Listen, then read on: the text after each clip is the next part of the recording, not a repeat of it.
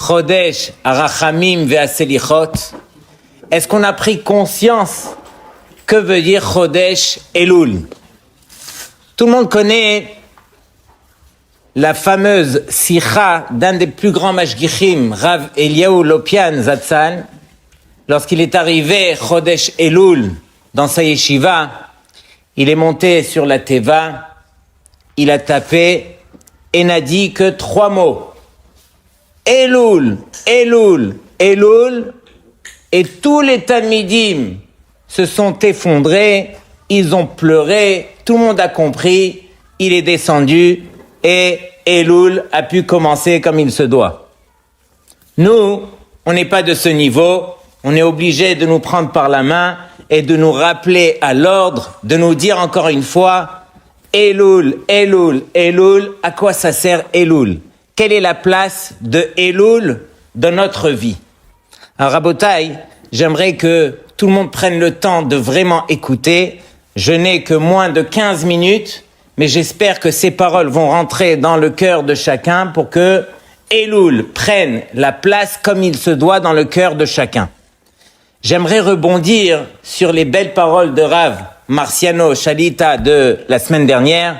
Il vous a parlé entre autres de celui qui a pu tuer Béchogeg. La Torah nous dit comme ça, que Réhouven s'est levé tôt le matin, il a réveillé son ami Shimon, et tous les deux ils sont partis couper du bois avec une hache. Et voici que le malheureux Réhouven, en coupant du bois avec sa hache, alors il y a le barzel qui est sorti et qui a atteint la gorge de Shimon et qui a tué Shimon Béchogeg. La Torah lui dit, toi Réhouven, tu vas vite courir vers une des villes refuges, Ir Miklat, pour aller te cacher avant qu'il y ait un Goël Hadam, avant qu'il y ait un de la famille de Shimon qui aimerait venger le sang de Shimon, chose qu'il a le droit de faire. Et donc, on va demander à Réhouven d'aller se cacher dans une des villes refuges. Et donc, le passou qui nous dit comme ça, Vacher Lotzada, celui qui n'a pas eu la kavana de tuer, Veha Elohim inna leyado, et Akadosh Baruch Hu, il lui a amené devant lui, donc la possibilité de tuer. Donc, ça s'est passé ainsi.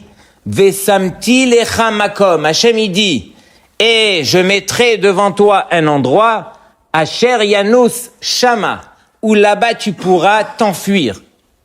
Et donc, Akadosh Baruch Hu, il s'adresse à chacun d'entre nous. Pendant toute l'année, malheureusement, le rov des averot qu'on transgresse, ce sont des averot qu'on transgresse Béchogeg. De 2 choses l'une. Si Béhémet, on était conscient de la Avera, on l'aurait pas transgressé. Ou si on était conscient de la gravité de la Avera, alors Vaddaï qu'on l'aurait pas transgressé.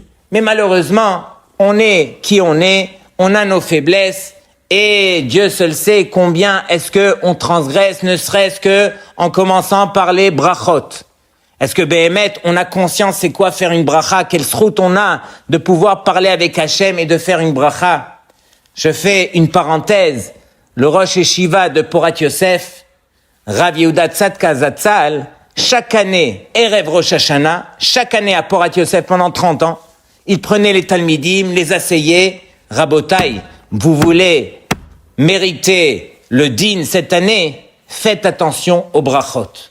Chaque jour, on fait plus d'une centaine de brachot. Chaque bracha, il faut pouvoir la couper en 3. Baruch Ata Hashem, Elokeinu melech ha'olam, she'akol nהיה bidvaro. Et ainsi de suite. Prendre conscience, une bracha, c'est une bracha. Combien on a ce kécher avec Hachem, on a le srout d'avoir ce kécher avec Hachem. Chas v'shalom, d'abandonner ce kécher et de jeter les brachot à tort et à travers. Je parle de bracha rishona, des fois on oublie bracha harona et ainsi de suite. Donc chacun doit se rappeler à l'ordre. Que ça soit tout ce qui est interdit de voir avec les yeux, combien on se doit de réparer, combien on a pu le faire Béchogeg, tout ce qui est sorti de notre bouche, tous les issourim dans lesquels malheureusement, on est tombé, sur lesquels on est tombé, bien sûr, Béchogeg.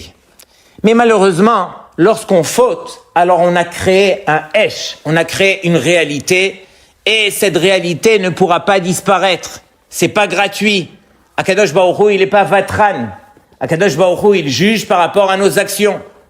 Et donc, qu'est-ce qu'on doit faire justement pour pouvoir effacer cela?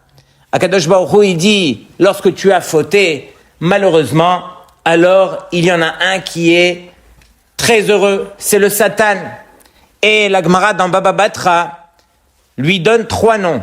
Hua Satan, Hua Yetzer Hara, Hu Malach Hamavet. Parce qu'au début, il arrive et il vient nous appâter, il vient nous tendre, il vient nous attirer par une mauvaise action. Et malheureusement, des fois, cette peau de banane, on glisse et on trébuche et on commet la mauvaise action. Directement, lui ne perd pas une seconde, il monte dans le ciel et il commence à crier « Mais voici que Ploni l'a fauté !» Il vient être mécatrègue, il vient nous accuser.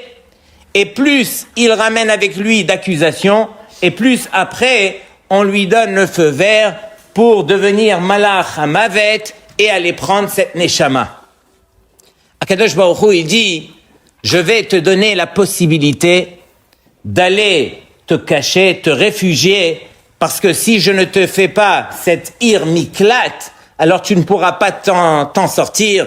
Et avec toutes les fautes béchogeg, encore une fois, que tu as transgressées cette année, alors le Satan, malheureusement, devra venir pour t'accuser. » C'est pourquoi le Harizal, il reprend cette paracha que je suis en train de citer, et le Harizal nous dit qu'il y a un secret caché derrière les mots.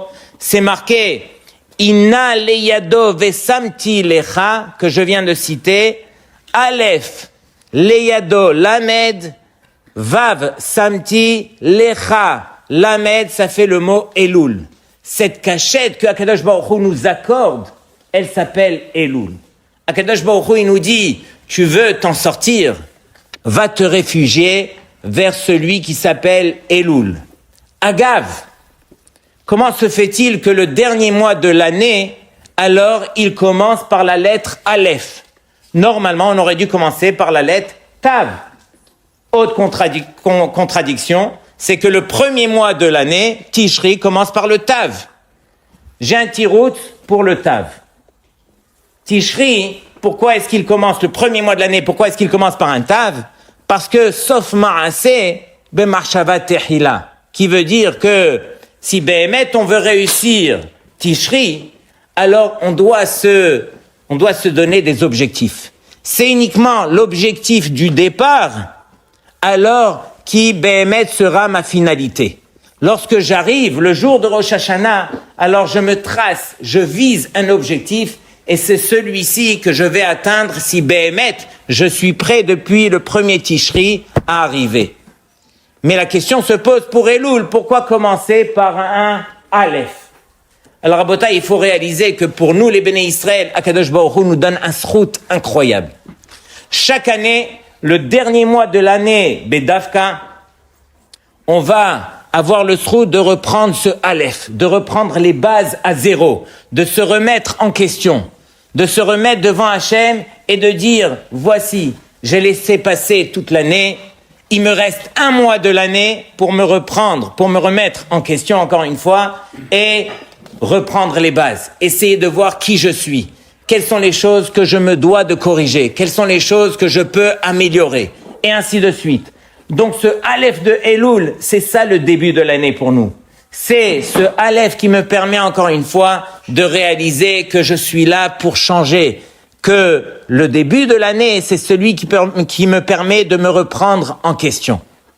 Et donc je reviens, le Harizal nous dit que notre cachette, la cachette que Akadosh Baruch Hu nous a accordée, qui s'appelle Elul, c'est une cachette qui est merveilleuse, qui est magnifique, à condition qu'on en profite. Et qu'est-ce qu'il faut faire quand je me trouve dans cette cachette qui s'appelle Elul? Alors je me dois de prendre quelque chose que je n'ai pas l'habitude de faire pendant toute l'année, une chose que je vais chérir, que je vais garder et que je vais montrer à Hachem, voici l'effort que je suis prêt à faire pour toi Hachem. Et donc là, j'aimerais partager avec vous une histoire qui a fait beaucoup de bruit en Eretz Israël, une histoire qui s'est passée il y a 3 semaines, pendant la dernière semaine du Ben Azmanim. Il y avait un Avrer dont la femme lui a dit, regarde, mercredi dans la semaine, ils ont organisé à Tibériade, ils ont organisé un endroit pour les femmes où on peut aller se baigner. Alors, l'Avrer, il lui dit, bien sûr, ma femme, je t'accompagne.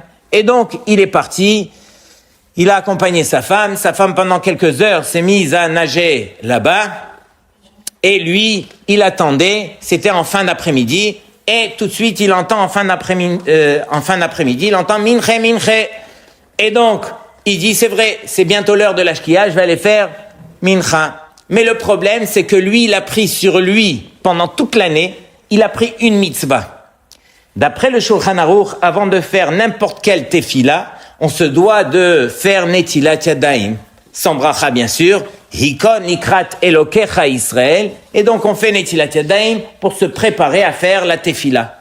Et lui, toute l'année, il a fait cela. Or, il se trouvait devant le lac, et il ne pouvait pas, bien sûr, atteindre l'eau, et il a dit, mais comment je vais faire netilat? Bon, on laisse tomber. Et là, il se rappelle à l'ordre, et il dit, c'est dommage. Toute l'année, cette mitzvah m'a accompagné. Et donc, il enlève ses chaussures, vite, ses chaussettes, retrousse son pantalon, et il fonce dans l'eau, il prend un verre, et il commence à faire netilat. Au moment où il fait netilat, il voit une main sortir de l'eau. Quoi? Et quelques secondes après, il voit la figure d'une jeune fille sortir de l'eau.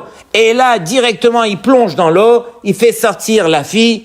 Cet Avrer faisait partie de Hatzalah, il a pu lui donner les premiers soins, il a fait sortir l'eau, elle s'est mise à respirer, et tout de suite après, il entend Rivka, c'était la mère de la fille qu'il avait appelée. Cette fille s'était perdue, une jeune fille qui était tombée, elle a dû glisser, elle s'est noyée. Cette Rivka, elle va grandir, elle va se marier, elle aura des enfants, des petits-enfants, tout ça sur le compte de qui? Sur le compte de cet Avrer qui lui a pris ne serait-ce qu'une mitzvah, qui à la limite n'est pas une mitzvah des plus officielles. Ok, c'est un détail. Mais regardez Rabotai, quand on fait la chose pour Hachem, combien cette chose nous accompagne, nous protège. C'est ça la bracha de Elul. Quand on va arriver dans cette cachette qui s'appelle Elul, si on prend ne serait-ce qu'une chose qu'on doit prendre avec nous, alors Rabotai, si on accorde de l'importance pour faire la volonté d'Hachem, c'est cette chose qui nous protégera. Et Rabotai, on se doit de faire ne serait-ce qu'une chose, Ben Adam la Havero, Ben Adam la Makom. Shabbat Shalom, et Kulchem.